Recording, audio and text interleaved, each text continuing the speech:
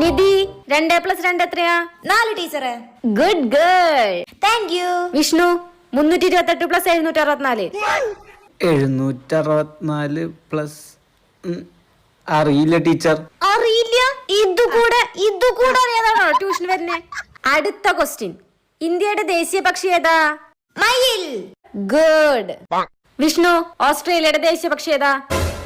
ഓസ്ട്രേലിയയുടെ പക്ഷി അറിയില്ല ടീച്ചർ. നിനക്ക് ഇതുപോലും അറിയില്ല. അടിച്ച് പഠിപ്പിച്ചാലും നീയൊക്കെ ശരിയാവുള്ളൂ.